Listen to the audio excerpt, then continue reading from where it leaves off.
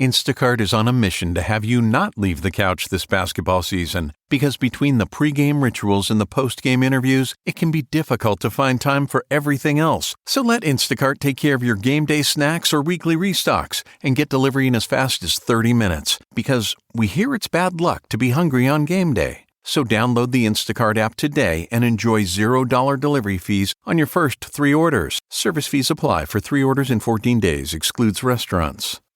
Rakuten is the smartest way to save money when you shop, because you earn cash back at over 3,500 stores. Fashion, beauty, electronics, home essentials, travel, dining, concert tickets, and more. Your favorite stores like Lowe's, Levi's, and Nike pay Rakuten to send them shoppers. And Rakuten then passes on a part of that payment to its members as cash back. You're already shopping at your favorite stores. Why not save while you're doing it? It's a no-brainer. Membership is free and easy to sign up. Get the Rakuten app now and join the 17 million members who are already saving. Cashback rates change daily. See Rakuten.com for details. That's Rakuten. Your cash back really adds up.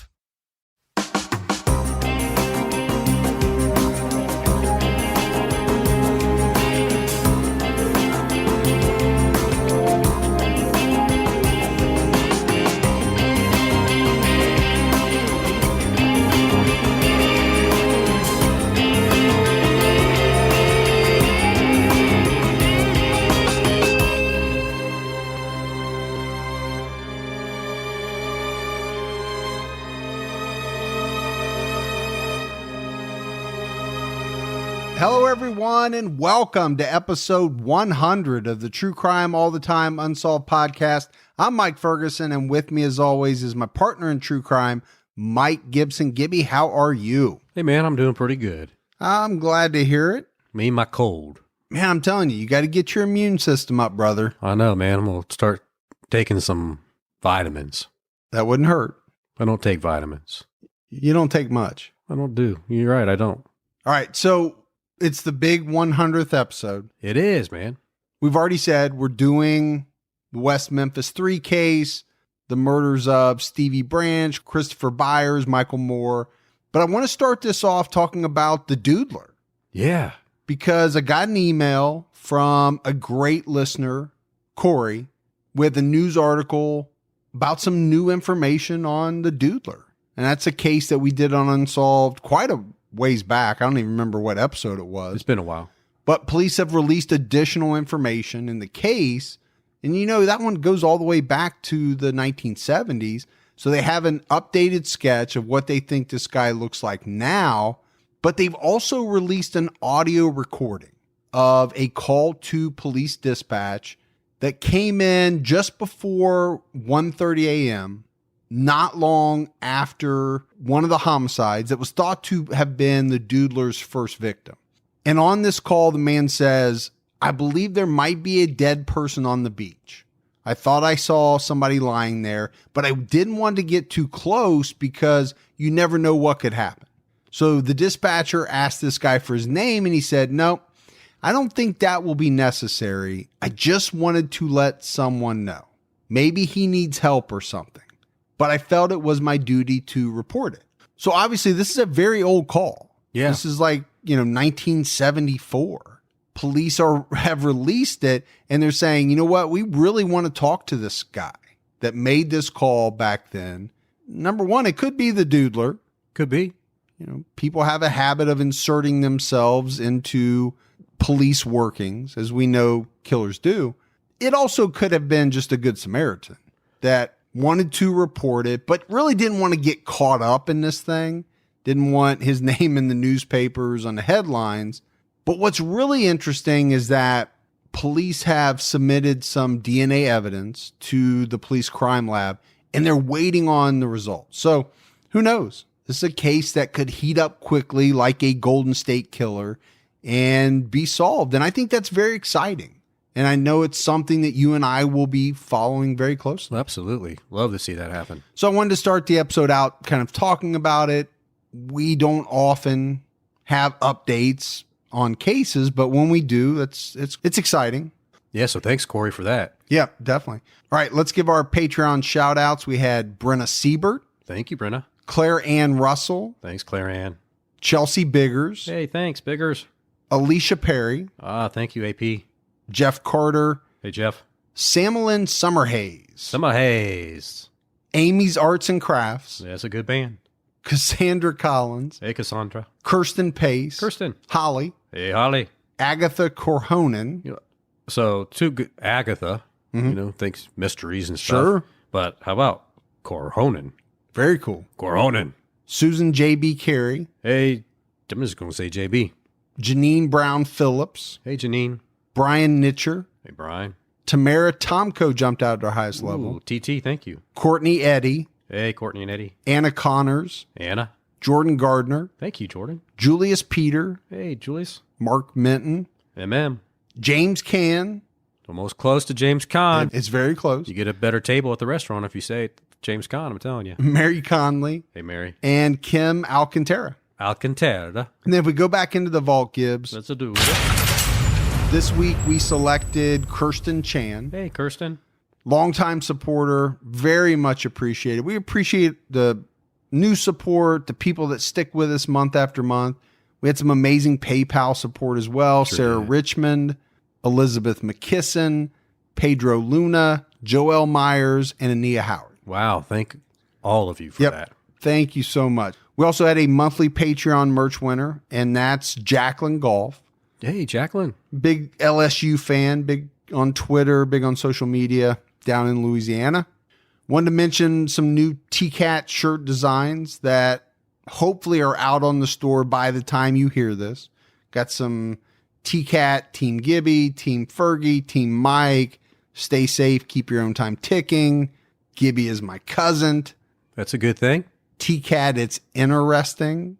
I like it. So we'll see. I just wanted to throw some different stuff out there. Did we get the chaps? No, we did not get the assless chaps. They're on their way. Still That working say, on it. They say Mike Honcho down the side. Down the side. Rex West on the other side. There you go. I also wanted to let everyone know that beginning in March, our older episodes of Unsolved are moving on to Stitcher Premium, along with a whole bunch of other podcasts. So anybody that subscribes to Stitcher Premium will be able to hear it. Hopefully the folks that are listening have already listened to them, and this will apply more to the newer people as they find us, but giving you a heads up, about a month away. So if you got to go back and catch up on some old ones, Now's a good time. now's the time to do it. Right now, we got a brand new episode of T-Cat out, and we went to France. Oui. And we went back to the 1930s. We're talking about the murderous Papin sisters. Brutal case. Oh, man. Gruesome. One of the worst, I guess you'd call it most horrific crimes in French history. I really appreciate my eyeballs right now. Yeah, no doubt. So definitely check that out. It's a good one. All right, Gibbs, you ready to get into this episode of True Crime All Time Unsolved? I really am. And I think I said this on last week's episode. I know this case is technically solved, but I do believe there are a lot of people out there that do not think that Damien Echols, Jason Baldwin, and Jessie Misskelley Jr. committed the brutal murders of these three young boys. But there's no mistake. There are a lot of people that believe they are guilty. And this is a case I've been wanting to do for a long time. My fascination with this case, probably like a lot of people's, it started out with the documentary Paradise Lost. Sure. Makes sense. Which came out in 1996. The official title is Paradise Lost, The Child Murders at Robin Hood Hills. I can remember back in the day watching this on HBO and just being captivated by it. I always remember the Metallica music in the background, too. Yep. Yeah, that was interesting because Metallica was a big supporter of these three teenagers. They lent their music to the documentary. Yeah. I mean, most documentaries, you're not going to find Metallica music or the music from some big, well-known band. Yeah, they're not going to be able to pay the tab to borrow that. You buy the rights. Buy the rights and things like that, for sure. Yeah. But as new developments happened in the case, so they made a second, they made a third part. Those were produced and put out. Now, we have a lot of documentaries today, right? We're saturated. Big time. especially true crime, Making a Murderer. I mean, The Keepers, you can just go on down the line. Back then, not nearly so much, right? In the 90s, you couldn't just get on Netflix and watch a true crime documentary anytime you wanted. You could watch American Justice, Forensic File. I mean, you could watch those type of shows, but not this level of inside documentary type thing. But as many are, right? These documentaries are told from the point of view that these three teenagers were wrongfully accused and wrongfully convicted, right? You go back to Making a Murderer. There's no doubt that that documentary, and you and I have talked about it before, we've met the people involved at CrimeCon. That documentary is told from a very specific point of view. Sure it is. And this one is too. And I think that over the years, that's led many people to come out in support of the West Memphis Three. It brought out major celebrities, Johnny Depp, Eddie Vedder. There was a lot of people that came out in support of these guys, but I want to be careful. And I want to make sure that we are, diving into this case factually, looking at it from all sides, right? Not slanting it towards one way. Now, at the end, whatever comes out, comes out. No, I think that's the best way to do it for sure. And Gibbs, I'm not sure how many episodes this is going to take. There's a lot to cover in this case. We definitely want to talk about the victims, something that I think is sometimes overlooked when people discuss this case in particular, because so much attention was put on the West Memphis Three and what happened to them. Because I think at the end of it all, whether you believe these three guys are innocent, whether you believe they're guilty, there's no doubt three young boys lost their lives. And I want to make sure we spend some time talking about them. But of course, we'll talk about the three teenagers convicted of the crimes who spent almost 20 years in prison. So you had Stevie Branch, Chris Byers, and Michael Moore were best friends. They were in the second grade at Weaver Elementary. They also had a connection with the Scouts. All three had achieved the rank of wolf in their scout pack. I was a wolf. You were? Yeah. I think you still are, but... It was a good time, man. I remember those days. First time I got to use a knife.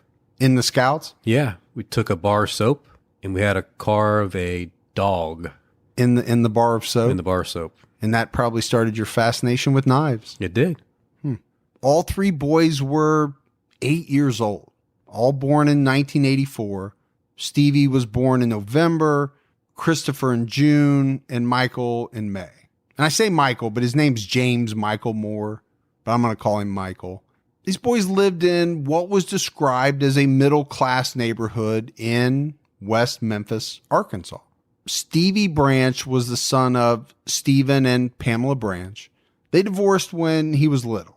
Stevie lived with his mother, and then later with his stepfather, Terry Hobbs. After his mom remarried, he also had a 4-year-old half-sister who called him Bubba. That was her name for him, Bubba. Nickname? Yeah. He was 4 foot tall, weighed 65 pounds. And I think that's important. I think it's important to talk about, the age of these kids. I think it's important to talk about their stature. When we know what's going to happen, and we're going to get into the details. Sure. He had blonde hair that turned white in the summertime. So you're not going to believe this, but that's the kind of hair I had until I was about 7th grade. I could see that. Yeah.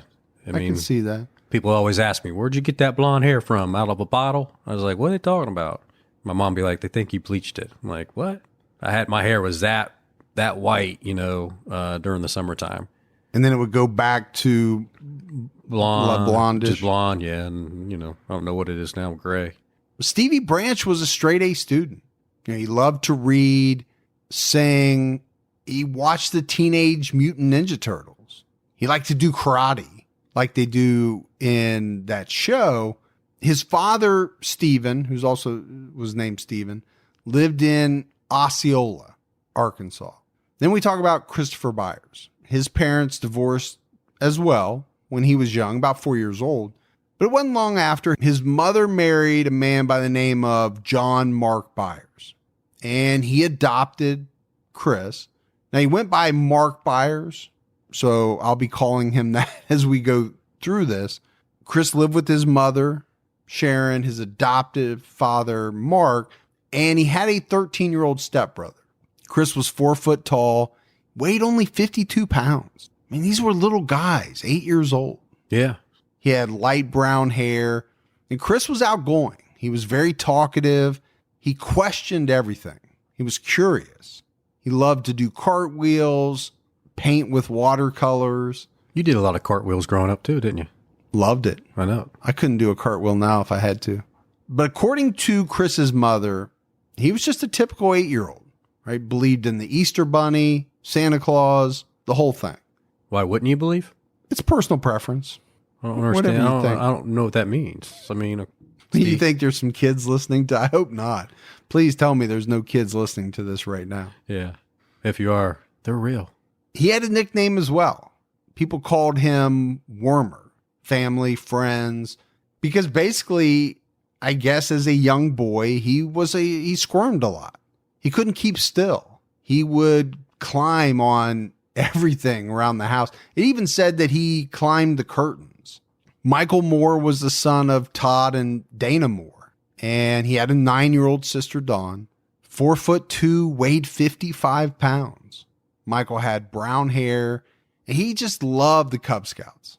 He loved them so much, Gibbs, that he often wore his scout uniform, even though there was no meeting that night.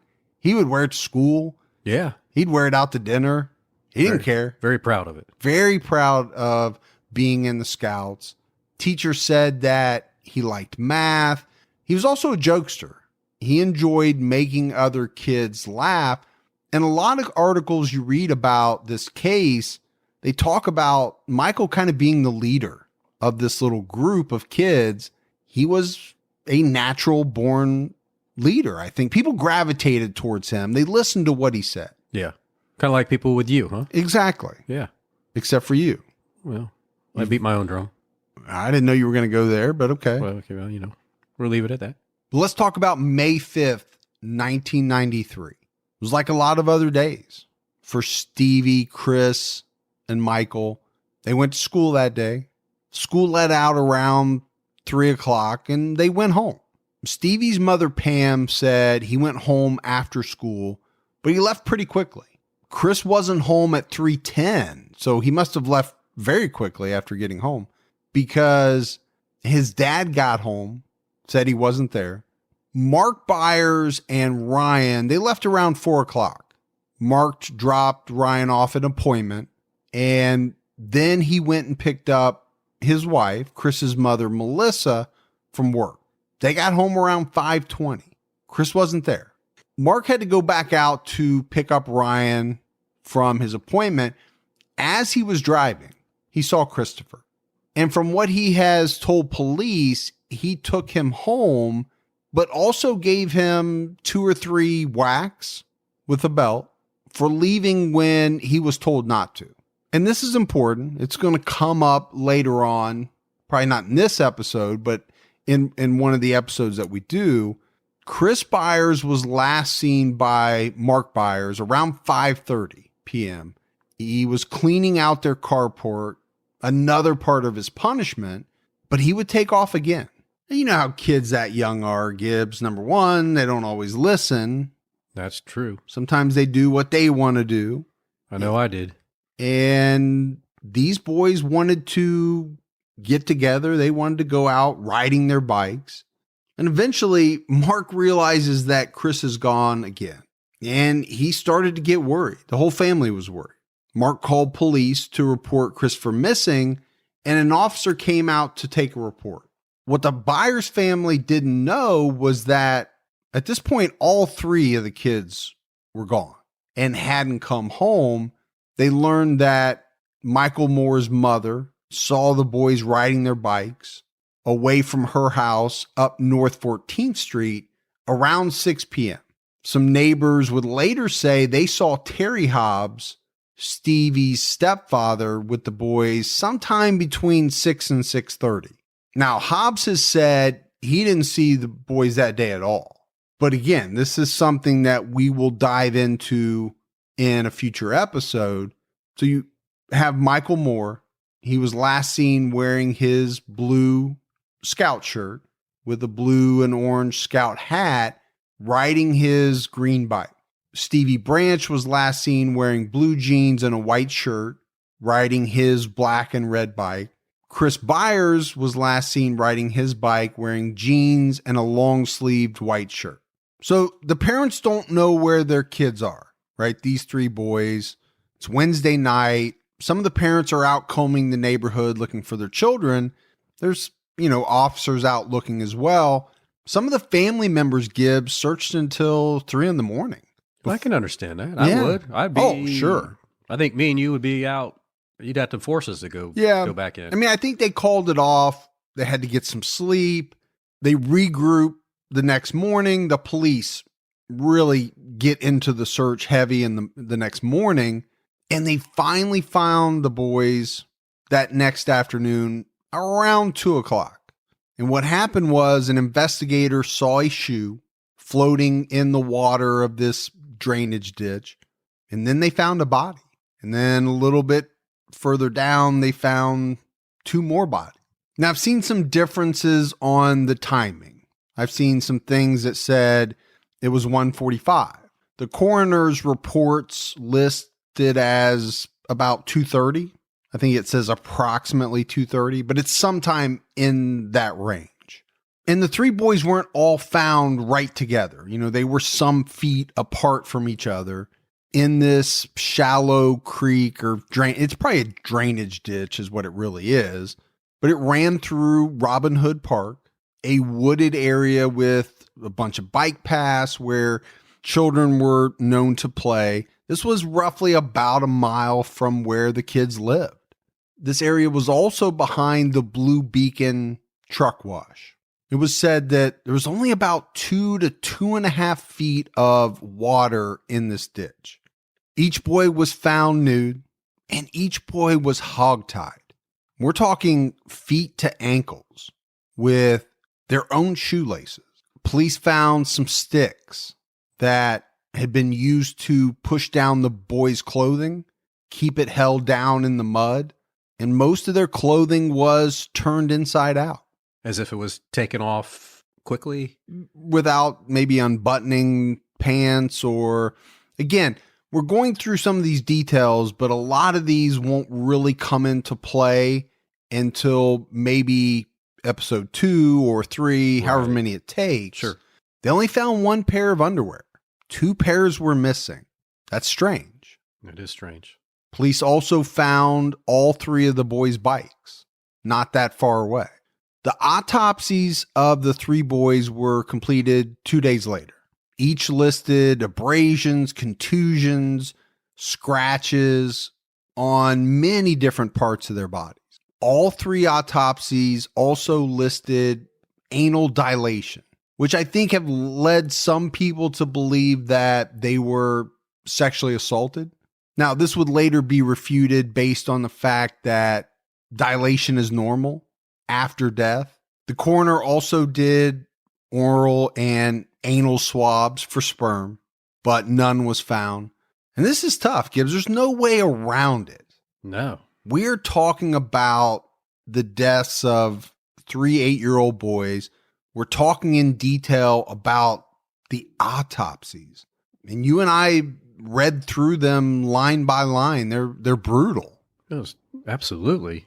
And all 3 of the reports will talk about how each of the boys had multiple skull fractures. Now, the cause of death for each boy was listed as multiple injuries. It literally says that, multiple injuries. But in the case of Michael Moore and Stevie Branch, it also noted that they drowned. And the coroner wrote something that really kind of shocked me in the autopsies for Michael and Stevie when he talked about, the fact that they had drowned. He wrote, and this is a quote, "washerwoman wrinkling on the hands and feet." So I guess he's referring to that look you get when you spend extended time in the water. Yeah, I always called it like pruning or Yeah, I think people called it pruning. Yeah, I never heard washerwoman Or washer. or washer, as you would say. If you would it. have said washer, I've been like all over it. I just have never heard that term, and maybe it is something that a lot of people know about or have used or have heard. I found it odd.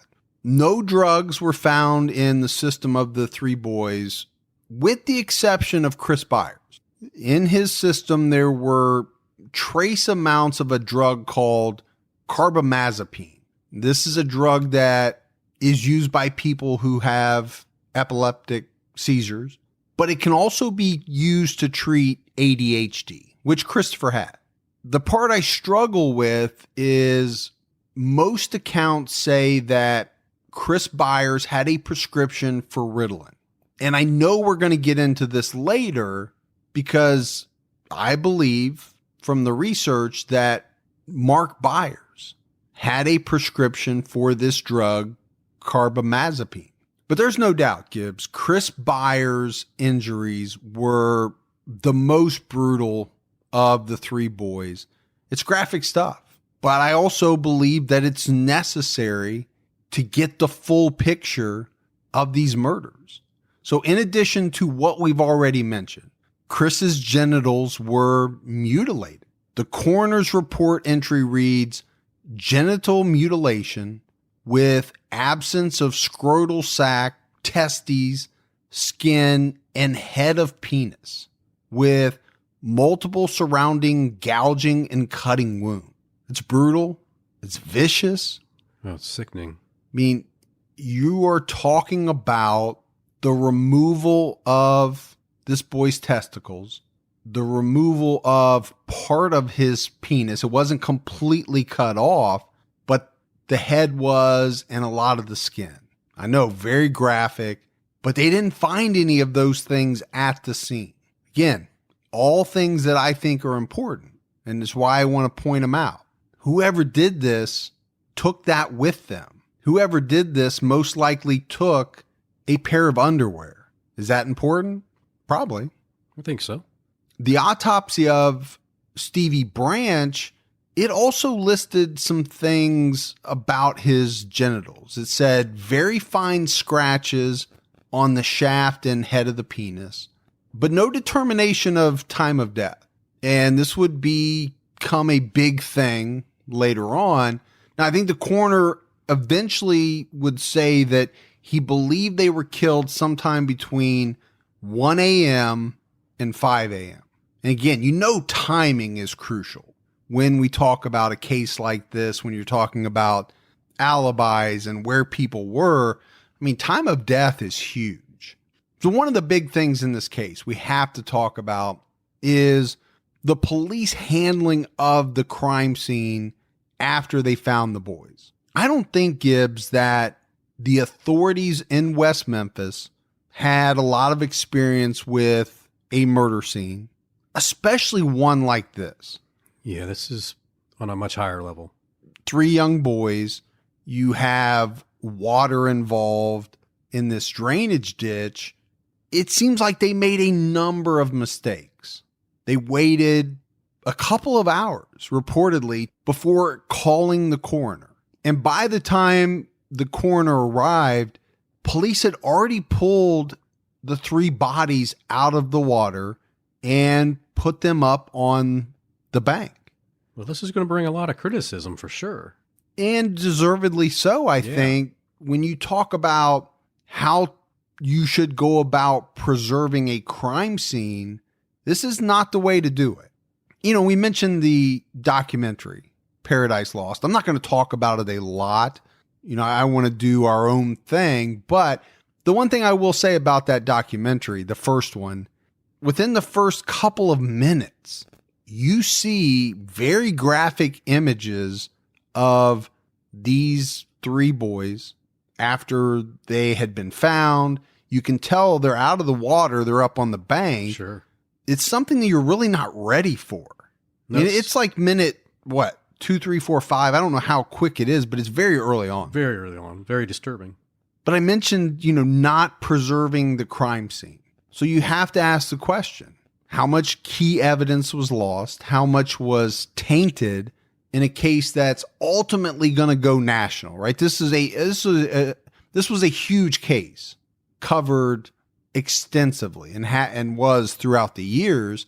The other thing that the police did is they released a lot of information to the media about the crime scene, about the injuries to the victims, very specific stuff. And that's something that you and I talk about quite often, is how much very detailed, specific information do the police let out, right? Because they want to hold a lot of it back so that when they have that suspect, they're able to corroborate what the suspect or multiple suspects say happened.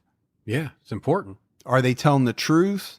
Is the version of events that they're giving fitting in with what they know really happened at the crime scene?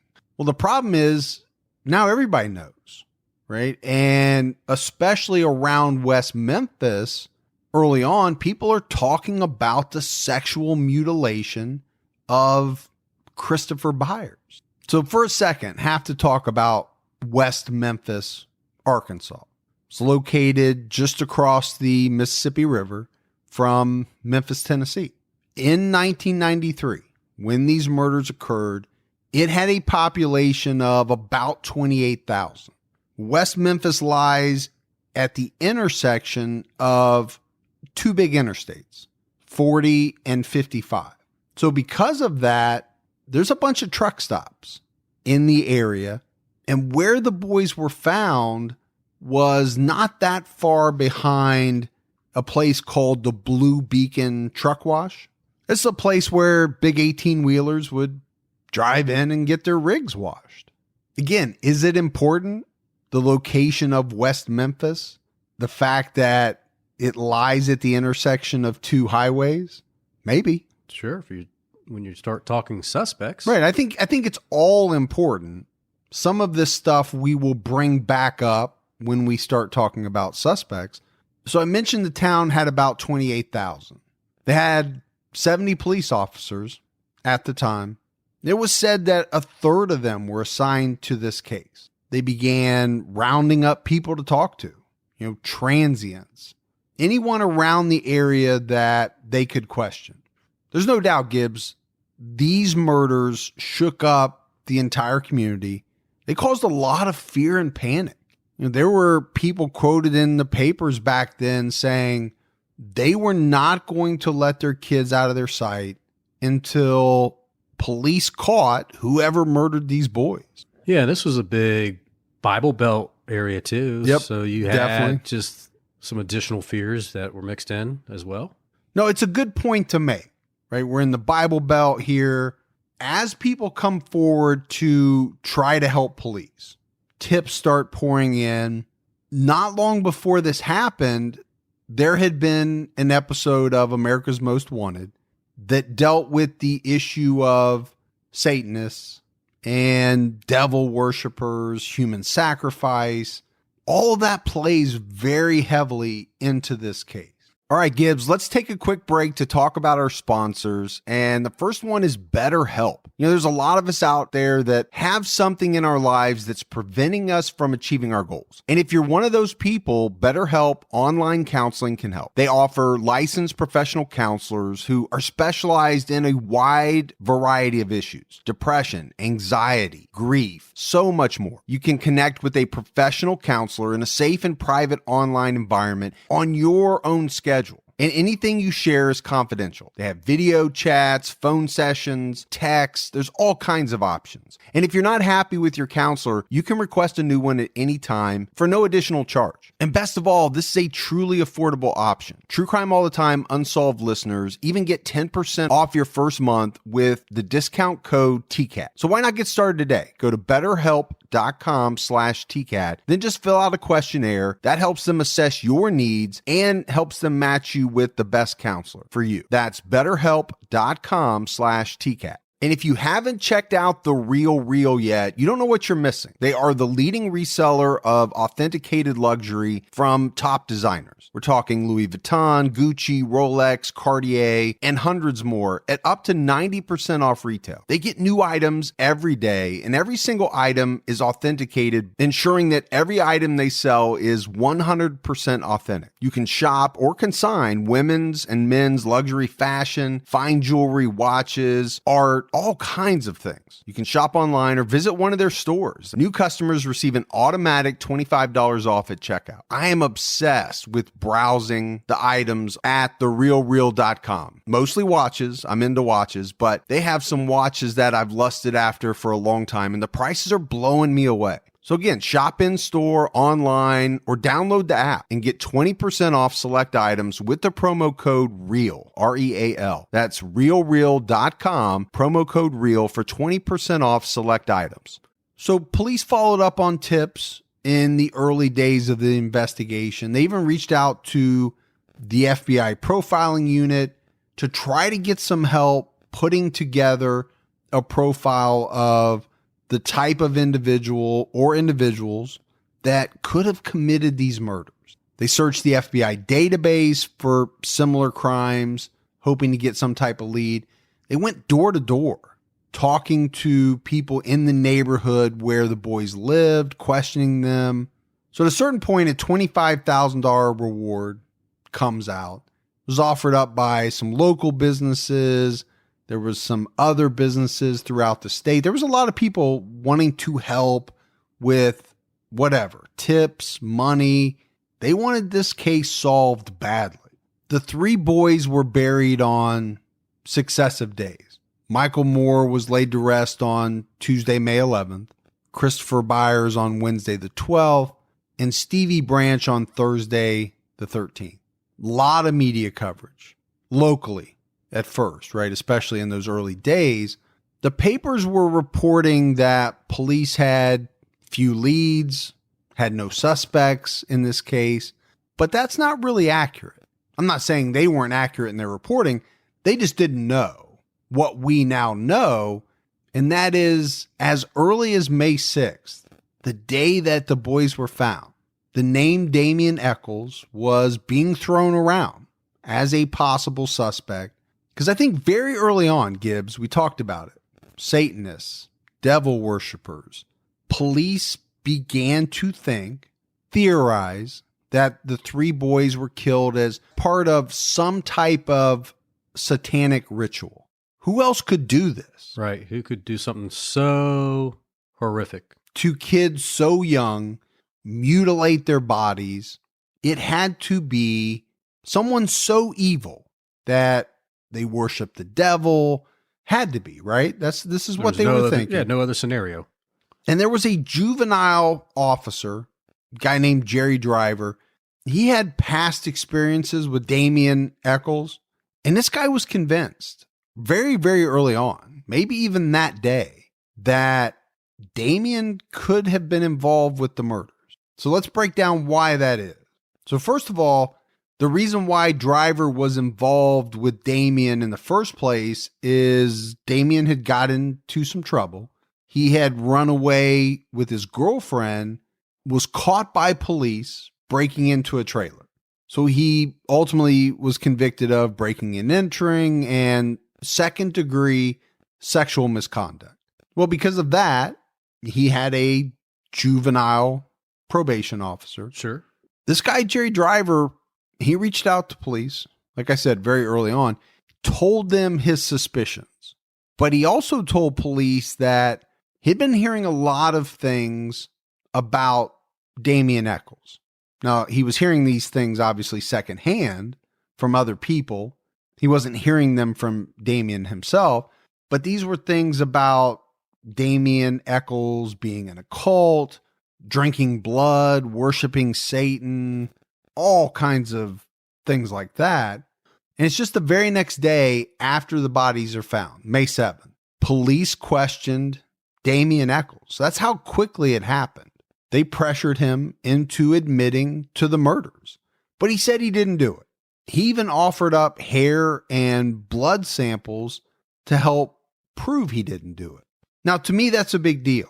If I had something to do with a murder, the last thing I would do is say, hey, won't you take my hair, take some of my blood so that you can match it against whatever evidence you have. So let's talk a little bit about Damien Echols. At the time of these murders, he was 18 years old. His real first name was Michael, but he was adopted years earlier by a man with the last name Echols. So when he legally changed his last name to Echols, he changed his first name to Damien. I think later people will associate that with the movie The Omen, and that he did that for certain reasons. It's all for you, Damien. No, I think you're right. Obviously, The Omen is a horror movie. Yes. It deals with some of the types of themes that people wanted to associate Damien Echols with. Now, what he would say later on, and I know we're fast forwarding a little bit, but at trial, is that didn't have anything to do with that. Back then, when he was younger, at the time that he was getting ready to change his name, he said he was really involved with the Catholic Church. They were talking about saints and people like that, and he took it from what he says, Saint Damien. Yeah, it's the statement that he makes. I don't know what the truth is. I can only go by what he said in court. Sure. Whether that's true or not, I don't know. What I do know is Damien Echols was strange by West Memphis standards. Oh, for West Memphis, for sure. Because right? you mentioned Bible Belt, and that plays into it here, right? Because Damien Echols dressed in all black. He wore like knee-high black boots. He had longer black hair, listened to heavy metal music. In 1993, in the Bible Belt, I think that would be looked at as out of the norm. And I think it was in this case. Oh, yeah. You could have picked him up and dropped him off in New York City. He'd fit right in. Yeah, any major metro area, he he wouldn't have stand out alone for sure. But in West Memphis, Arkansas, he did. He certainly did. He dropped out of high school. I think he got his GED, but he wasn't into school. He didn't want to go. And he had some tattoos. But I think what most people will remember is the pentagram on his chest. I think that was a big one. The other big one was the word evil in between like the knuckles, I think, of his hands. And he just had some other miscellaneous tattoos on his body. Yeah, he had a number of tattoos. Not all of them seemed as sinister as those did to some people. Yeah, but then again, I mean, tattoos in the early 90s in West Memphis was probably a rarity. Well, I don't know about tattoos. I think tattoos of a pentagram and the word evil was a rarity. Oh, for sure. And you could say back in 1993, tattoos just weren't as popular as they are today. Yeah, I think just in general, today, man, people, they've got whole sleeves and whole backs and whole chests and from kids in high school to, sure, seniors. But people have tattoos for many different reasons. I really don't think a tattoo should be part of the basis of being deemed a suspect in a murder case. No, but I don't know in this case that that's not true. I think it all plays a part. It plays a part in how they build his character. Sure. Yeah. And how they viewed him and why they, from the very beginning, thought, okay, this guy could have had something to do with it. And really early on, Damien Echols is the key. Without the police looking at Damien Echols, they don't then look at Jason Baldwin. They don't look at Jessie Misskelley Jr. This is where it all starts. So that's why I don't want to harp on it, but I think it's very important. Now, later on, classmates of Damien's would say they were scared of him. There were stories told of him bringing a cat skull to school, playing with it during class. People said that Damien told stories about worshiping the devil. They said he wrote satanic themed poems, read books on Wicca, white magic. some of this is true, right? And some other things that many people deemed strange. Yeah. And more so in the area that he grew up in. That's true. Again, time and place, Mm-hmm. anything out of the norm is strange to some people.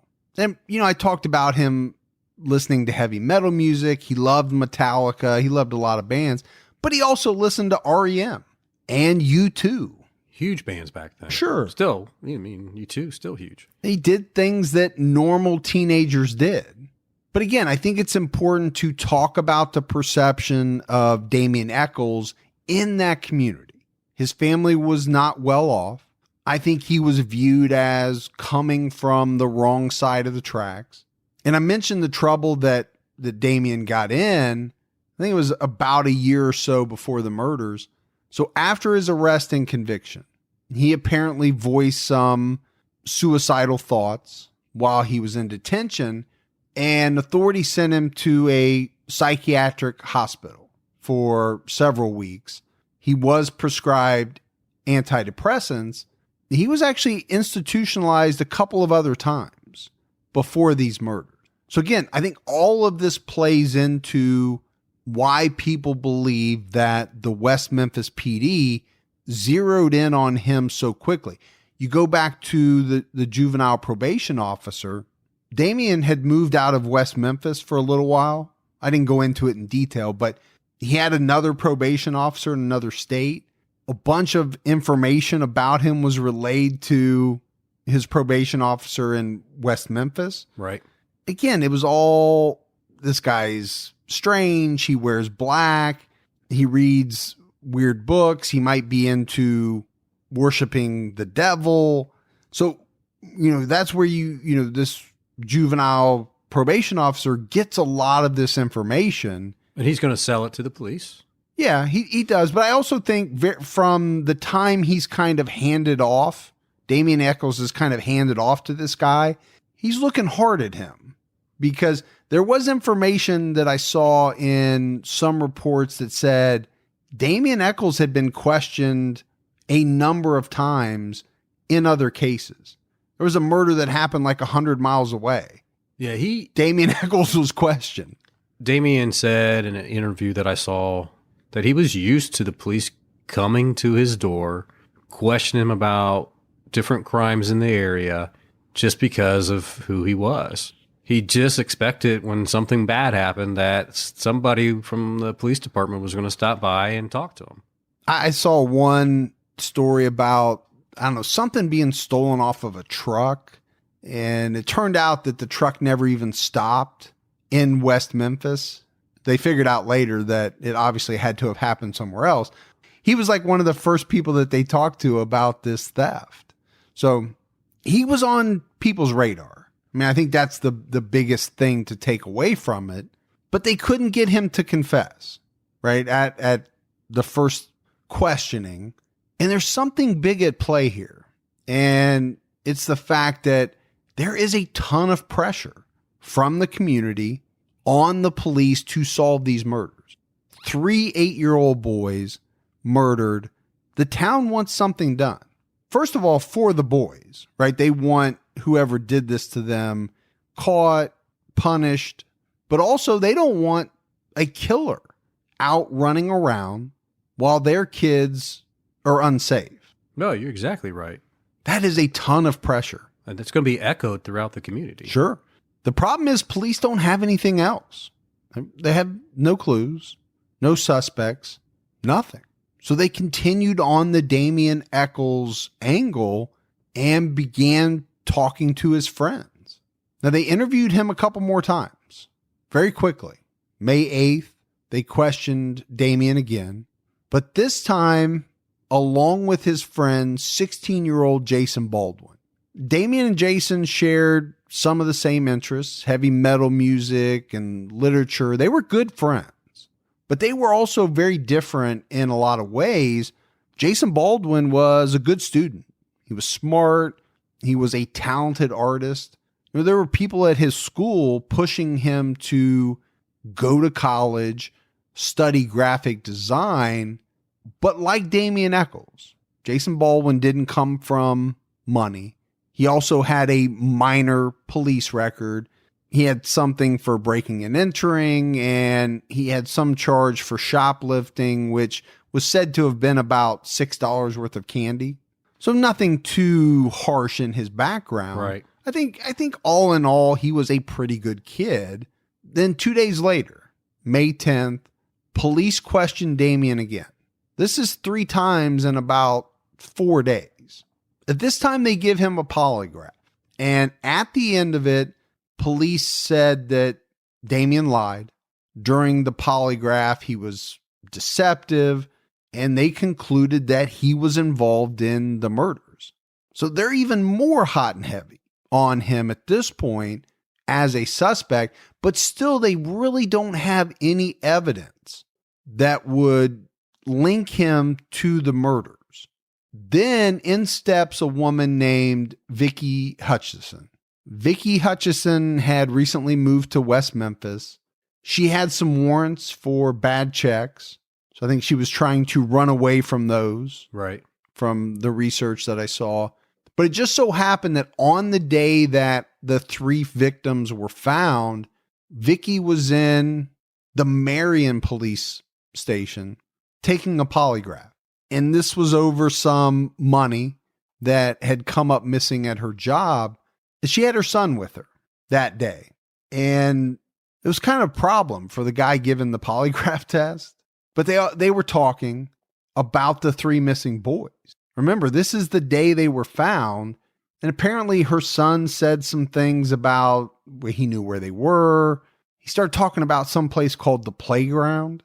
And I won't go into too many details, but the boys were found pretty close to the place that he described, but there was no playground or anything like that. He also has told a bunch of stories over time about seeing men in the woods, killing kids, sacrificing people, said they spoke Spanish. At one point, he said that Mark Byers killed the boys.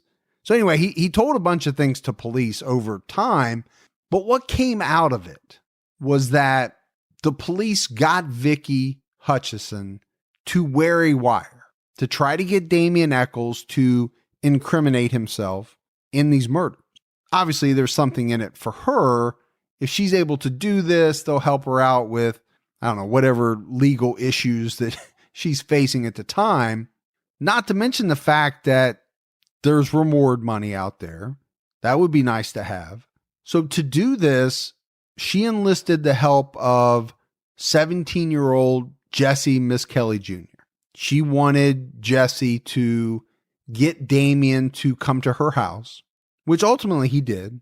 She was wearing a wire, but Damien never said anything incriminating on tape.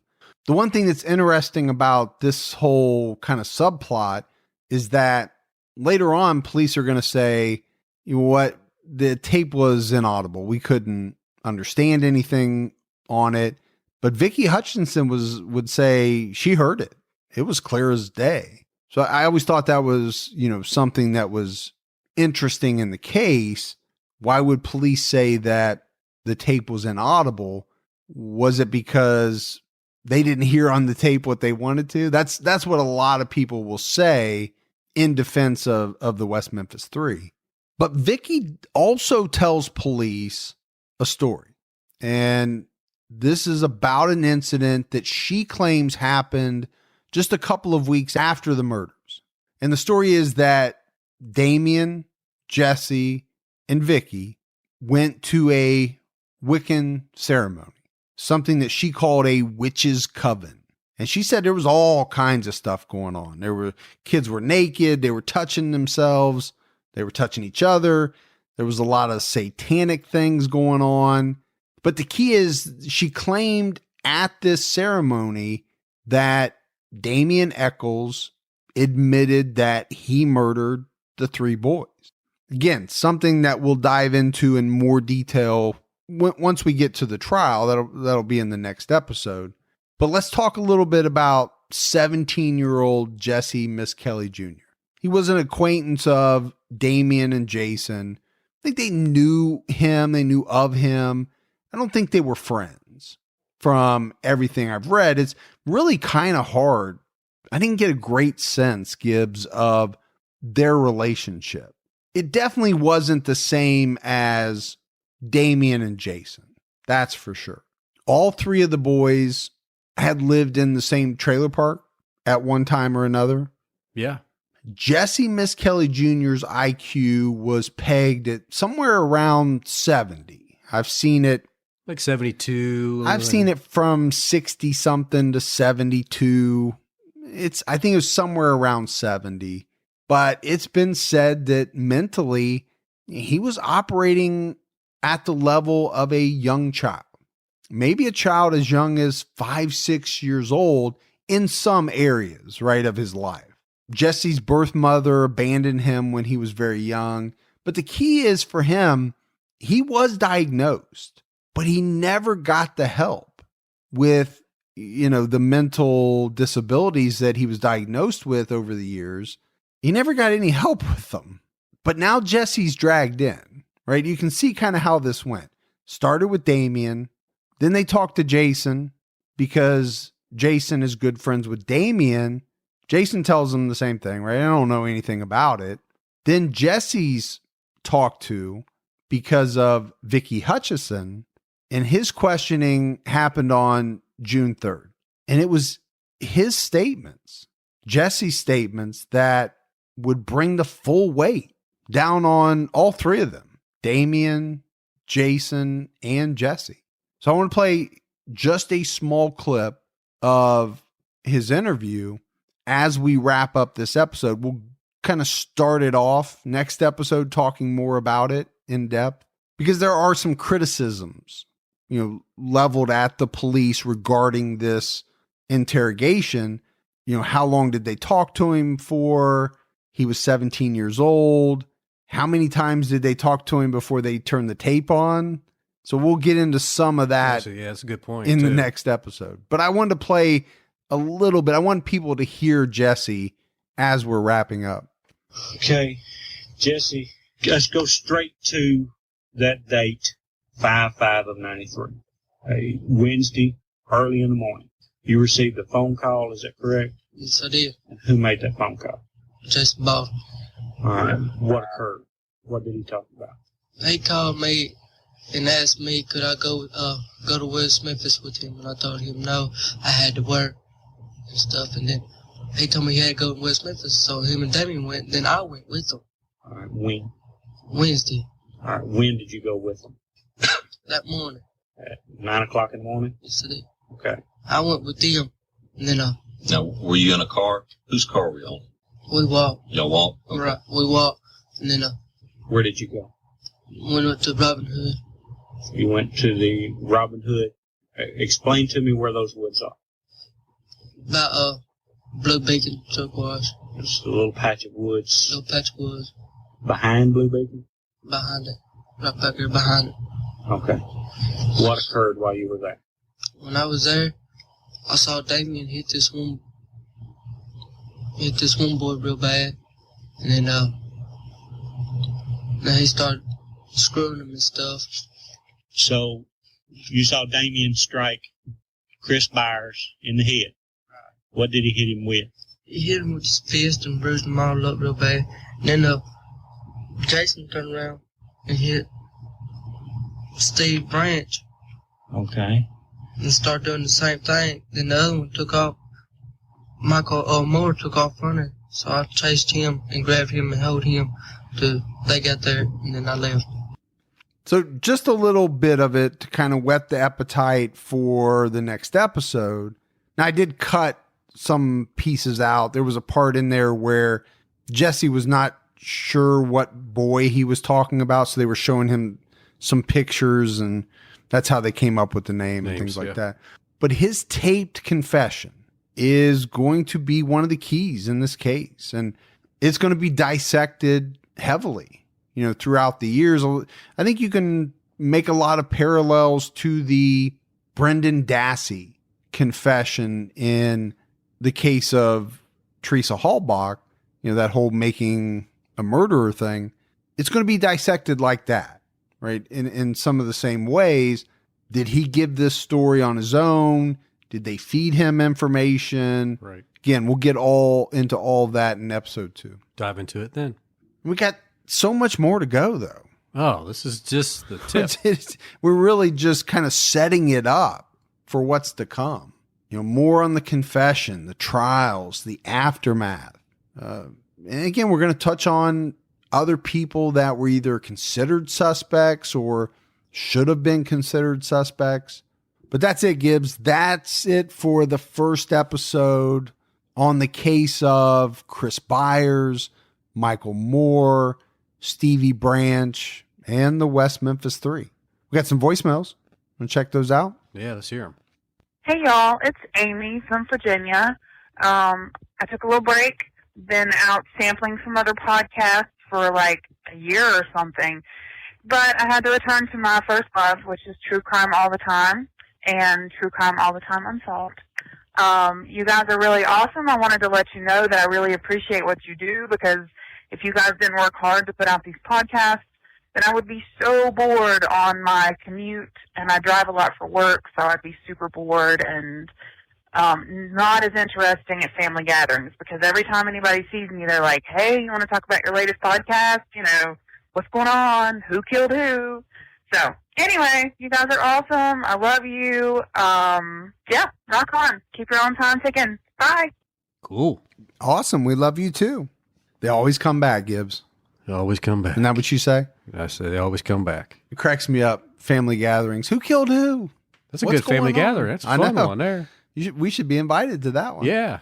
Hey guys, this is Zach. Actually pretty new to your guys' podcast. My old coworker actually got me hooked on you guys. I actually do loss prevention, and I sit in an office and I watch for crime myself all day, but I also sit here and listen to you guys cover crime, and it's really intriguing, very fun to listen to. You guys do a great job of covering every detail, and I appreciate the respect that you guys have for every single one of these cases. I just want to say keep up the good work, and I'll be listening. All right. Great voicemail from Zach. We very much appreciate that. Yeah, that's cool. Hi, guys. This is Lauren DeCoco. I'm calling from Vegas, Team Gibby, but I do think that you do have a really sexy voice, but I'm still Team Gibby. Anyways, I was just listening to the Unsolved from Michael Tardio, and I actually knew one of the sisters, Amanda. I actually went to school with her for becoming a drug and alcohol counselor, and I had no idea. She was kind of snooty, but I had no idea who she was until like a couple of years later. I saw it on Dateline NBC, but she used to talk about her sister, not in the most flattering way. So when I saw that, I couldn't believe it. But anyways, love you guys, and keep your time ticking. I know I said that wrong. Anyways, love you guys. Bye. Lauren, you can say it however you want. Yes, you can. We'd love to hear those stories, these weird connections with the cases that we cover. We get some in voicemails. I get a lot of emails. We get a lot of emails. Oh, you do. Of people that have these fascinating connections. So Lauren is actually on both of the episodes that we put out. So she's a new Patreon on TCAT. We said her name on TCAT. We did, yeah. And then we just played her voicemail on TCAT Unsolved. Yep. And she thinks your voice is sexy. She does. She has the distinction of making both episodes. Well, when you have a sexy voice like you have, you make things happen. Oh, you're making me blush. Yeah. Hey, this is River. I'm the one that requested the Monique Daniels podcast, and honestly, I was having a really bad day until I heard that you guys did that one, and honestly, thank you, because it made me feel so much better. I love your show. Keep your own time ticking. Have a nice one. Bye. River, I did that for you. Yep. And I'm glad she called in, because you and I say it a bunch to each other. We can never remember. We get so many, emails and messages, and I can never remember the exact person that made the suggestion. Sometimes we'll get 4 or 5 from the same, for the same thing. Make the same suggestion, but that one was pretty unique. Yeah. And we just can't remember the person that gave it to us to give the shout out. So I'm glad she called in. Yeah, appreciate that. Thank you again. All right. That's it, Gibbs, for another episode of True Crime All the Time Unsolved. So for Mike and Gibby, stay safe and keep your own time ticking. Or as Lauren would say, stay safe and keep your time ticking. Hey, she can say it however she wants. That's what I say. That's what I'm going with.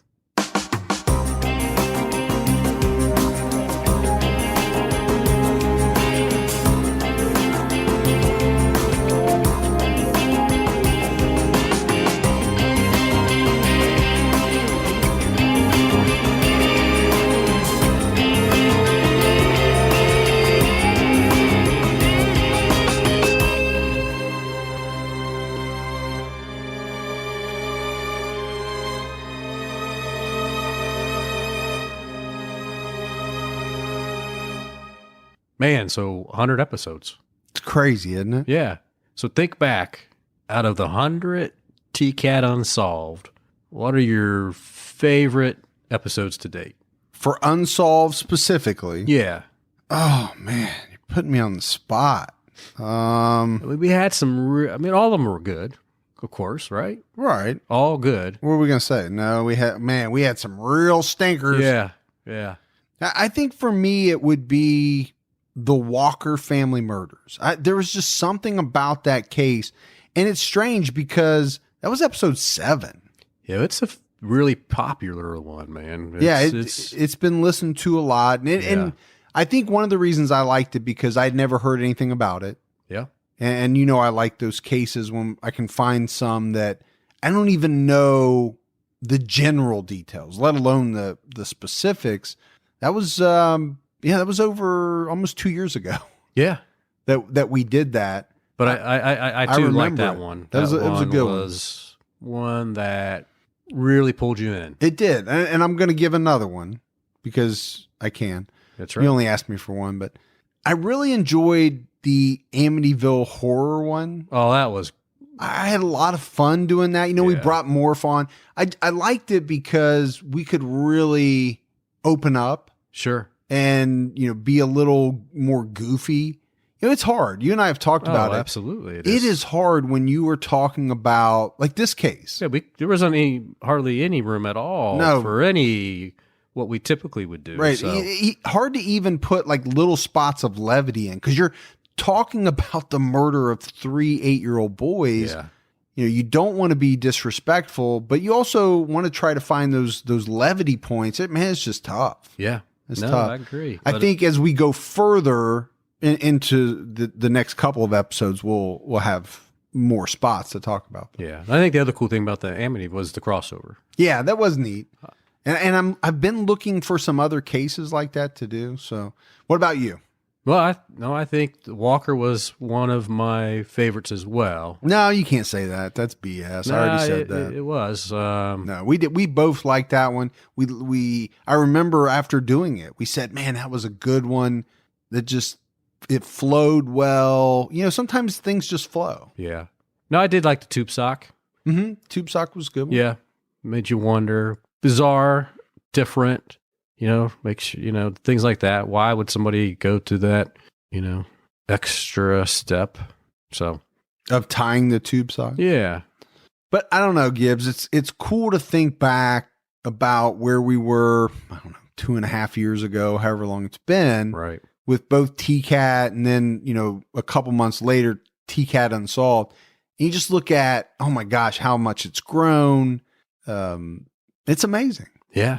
Yeah, I love it, and I know some people with Unsolved, they don't like that feeling of not knowing. Sure, some people got to have the finality, of it all, and I understand that. But also, I like this because it does leave you wondering. And a lot of people say they like it more because of that fact. Yeah, they want to try to put the pieces of the puzzle together. They want the facts, and then they'll try to formulate things in their head. So it just different people like different stuff. Yeah. Well, we give them both. But I think it's cool that we can do both. Yeah. It works out well. Oh, shit, Gibbs. I forgot to hit the button. Oh, we just left it running? Yeah, we're still talking. That's all right. I'll just leave it on. There you go.